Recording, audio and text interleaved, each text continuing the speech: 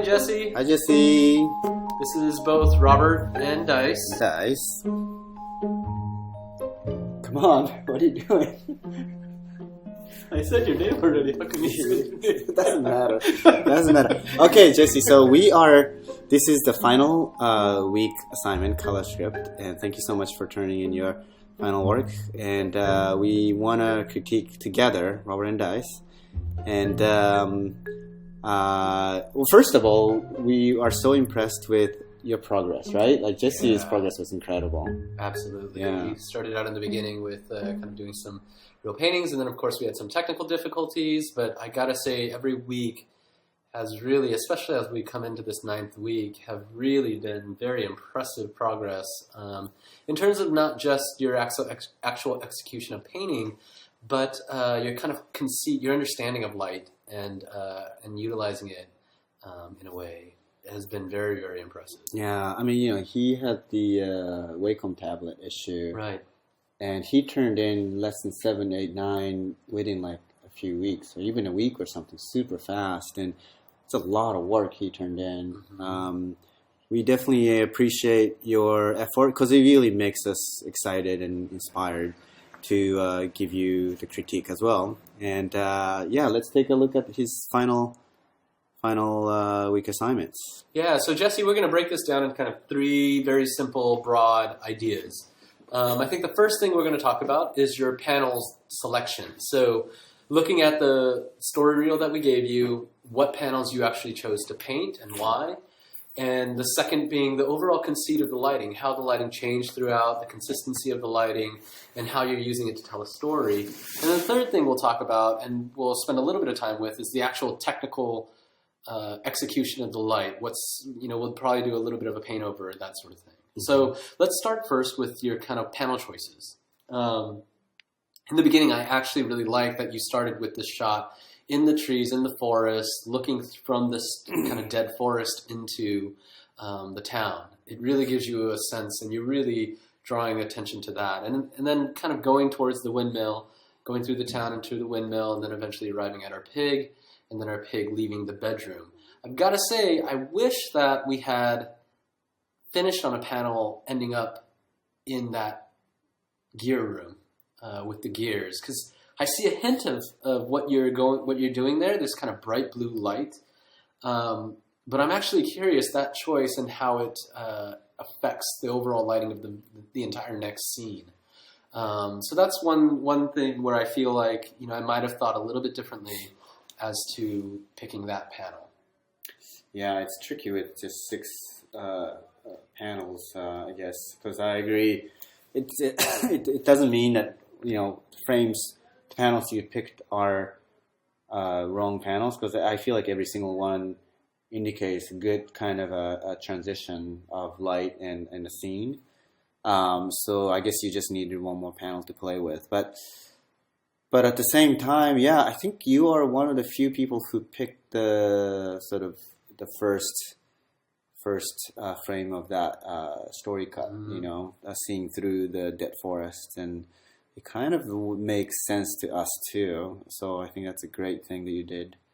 I could see the thinking of it. I don't know.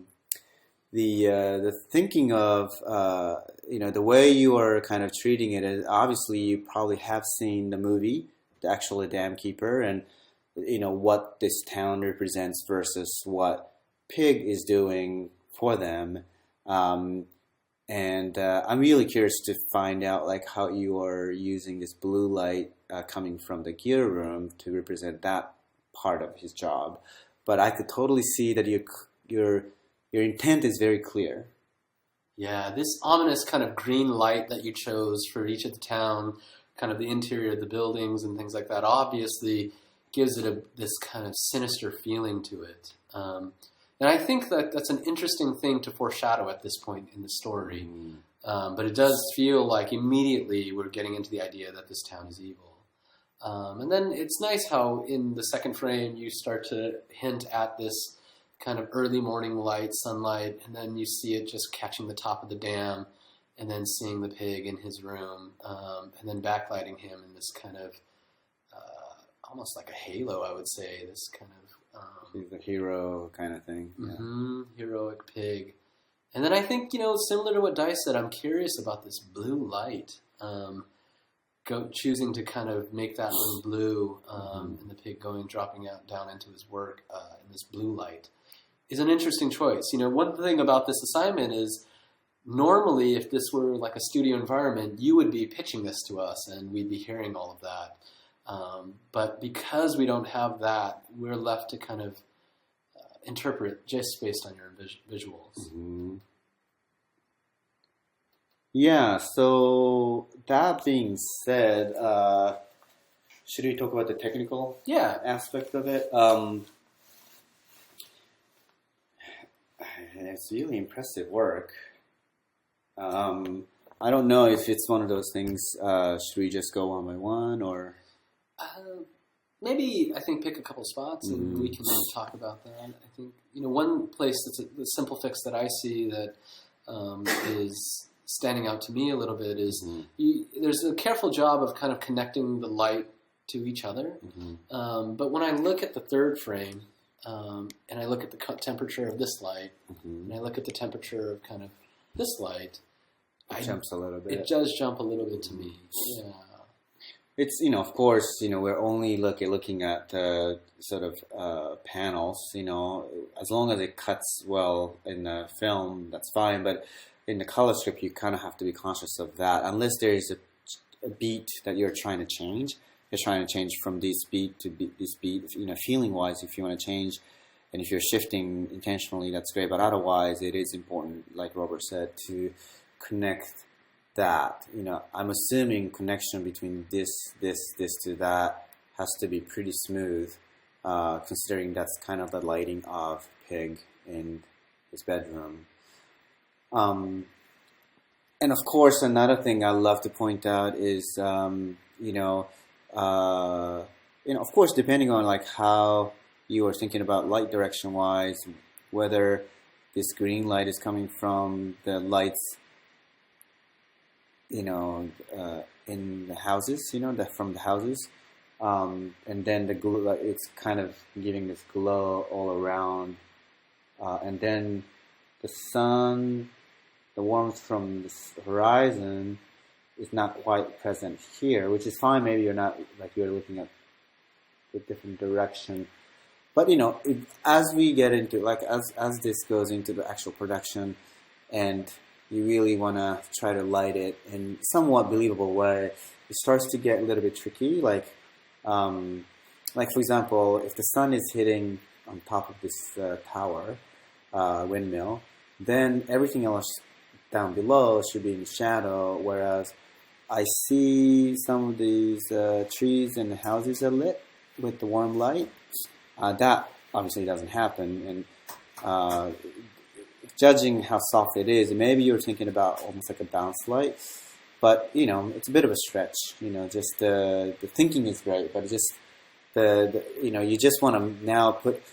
I think realistic lighting isn't that important as long as it's believable. Like, people don't think twice about it, but you might have stretched a little too much so that I felt like it doesn't quite make sense, and then it takes you out of the story that you're trying to convey. So that's something you have to be careful of. I love the thinking of it, but you just have to make sure it's in the believable range from here to here to here. And I'm really curious if you're thinking about if you're thinking about the butterfly, is he lit or is he not lit? Or what about this light? Is this light coming from... Where is this light coming from? Because if the light is hitting frontal onto this tower, on top of this tower, then light is coming from the opposite of the camera. Is this glow happening? How? Where? This seems like almost the light is coming from the opposite direction. Stuff like that. It's. I can see that you're more working as a 2D kind of a illustrator way, and it's not a bad thing at all. You just have to be conscious that you're doing that, so that when you are putting this into production in 3D animation. Say this is a 3D animation. We didn't say this is for 3D animation, but say we're trying to achieve this believable lighting. This gets a little bit tricky, and it's fine if that's a necessary thing to convey this feeling. You just have to be aware of it so that it doesn't look like a mistake. It's more of an intentional cheat. Yeah. Yeah, and I think too, it's, I think what's great is that you're putting forward first and foremost the emotion, the feeling, and I feel like that's pretty clear actually, and that's a difficult thing to capture. And I think now, like what Dice is talking about in that frame is just emotionally it's right, but technically light wouldn't actually be working quite like this. You have light from behind the camera, and then that's lighting the tower, and then you have light in front of the camera, which is lighting up the atmosphere. So you just want to be conscious of that, especially as you have to work with in actual real 3D space. So yeah. Yeah. A few other things, I'm just going to point out, like, we could do like a more focused. It's a beautiful painting. Is this the early morning, Jesse? Like, is this like the morning sun? And obviously in our movie it was, but I'm just curious what you're thinking about. The fact that all the lights are on makes you believe that the whole town is awake. Is that what you wanted? Just to get that feeling of this green light, I get that. This definitely conveys that kind of a ominous feel for the town. But logically, then you have to make sure that the people would think that everybody's up, or at least the lights are up for a reason. Why?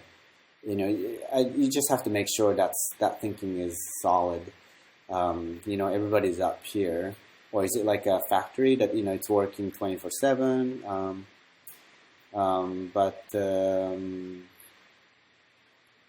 Yeah, a few other things. It's super kind of nitty-gritty at this point. But just like the warm light coming into the room, hitting. You have a nice kind of warm bounce light in this way. And I don't know how you were thinking about this blue light bounced off. Is this from here? It's totally fine. Like, I could see that's the thinking. But now, is this blue, is it a glow?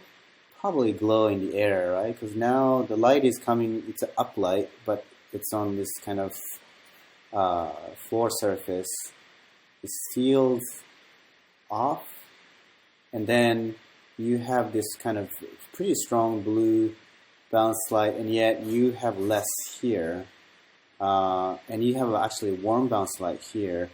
And you kind of want to think about how, you spent all this time in our class, observation painting, and you really kind of want to apply that knowledge a little bit more, just so that, like, for example, here, it seems like it's getting a cool light, or should it be more of a warm bounce? I don't know.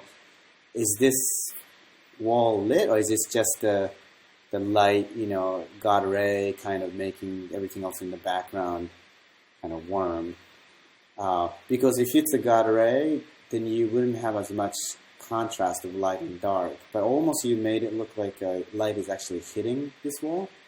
So stuff like that, I get this overall feeling, but when it comes down to like actual logical lighting, you really want to bring back the